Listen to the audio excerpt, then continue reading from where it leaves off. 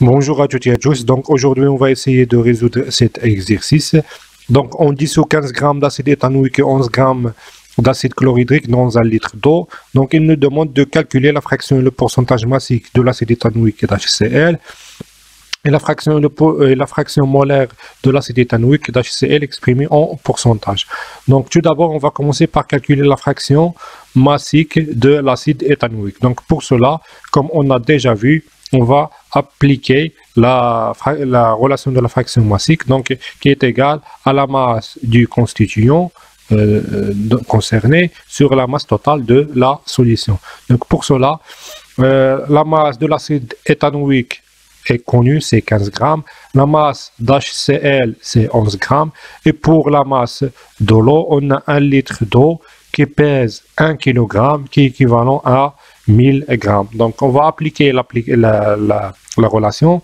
Donc, la fraction massique de l'acide éthanoïque est égale à 15 divisé par 15 plus 11 plus 1000 est égal à 0,0146. Donc, et pour le pourcentage massique, il suffit de multiplier par 100 et donc j'ai 1,46%. Donc, le pourcentage massique de l'acide éthanoïque est égal à 1,46%. Pour HCl, donc c'est la même chose. Je prends la masse de HCl et je la divise par la masse totale de la solution est égale à 0,0107 et le pourcentage massique, je multiplie par 100, donc j'ai 1,07%. Donc on va passer au calcul de la fraction molaire de l'acide éthanoïque. Donc pour cela, on va utiliser la relation qu'on a déjà vue. Donc la fraction molaire est égale au nombre de moles d'un constituant sur le nombre total de moles de notre solution. Donc pour calculer la fraction molaire, je dois tout d'abord calculer la masse molaire de l'acide éthanoïque, d'HCl et de l'eau. Donc la masse molaire de l'acide éthanoïque, c'est 12 fois 2 parce que j'ai 2 carbones, 4 fois 1, j'ai 4 hydrogènes, plus 16 fois 2, 2 oxygènes. Donc la masse molaire de l'acide éthanoïque, c'est 60 grammes par mol. Pour HCl, pour le H, c'est 1, et la masse molaire du chlore, c'est 35,5. Donc la masse molaire du HCl, c'est 36,5 grammes par mol.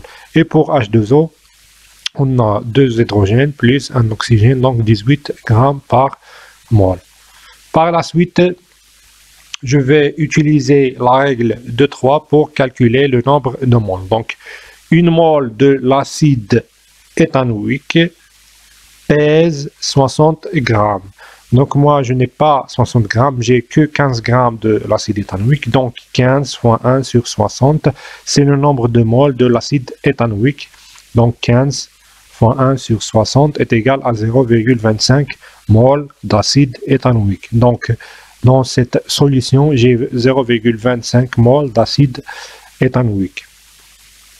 Pour HCl, j'applique aussi la règle de 3. Une mole d'HCl pèse 36,5. Donc pour 11 grammes d'HCl, 11 fois 1 sur 36,5 est égal à 0,3 moles. Et pour l'eau, une mole d'eau pèse 18 grammes, donc j'ai 1000 grammes d'eau, donc 1000 fois 1 sur 18 est égal à 55,55 moles.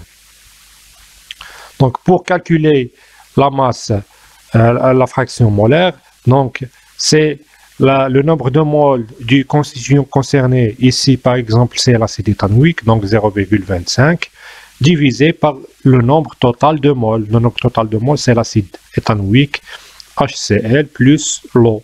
Donc, il est égal à 0,00445.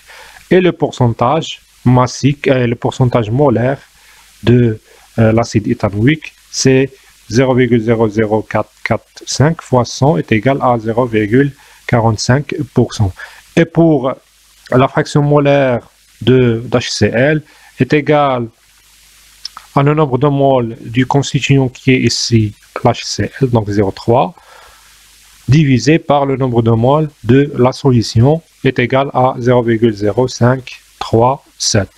et le pourcentage molaire d'HCl est égal à 0,00537 fois 100 est égal à 0,53%.